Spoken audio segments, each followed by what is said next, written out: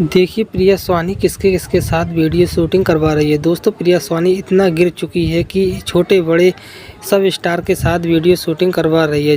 जी हाँ दोस्तों, आप सभी को बता दूं तूफानीलाल यादव के साथ में वीडियो शूटिंग करवाने जा रही है प्रिया स्वानी। जी हाँ दोस्तों, अभी अभी खबर निकल के आया है। लगता है दोस्तों प्रिया स्वानी के साथ में तूफानीलाल यादव गदर मचाएगा। जी हाँ दोस्तों, स्टार तूफानीलाल यादव भी मौका दे दिया है प्रिया स्वानी के वीडियो में काम करने के लिए। जी हाँ दोस्तों, प्रिया स्वानी के लिए बहुत सारा गाना रिकॉर्डिंग हो चुका है, शूटिंग भी हो चुका है। जी हाँ दोस्तों, बहुत जल्द रिलीज होने वाला है। खेसारी लाल के साथ पवन सिंह के भी साथ में गाना बना है।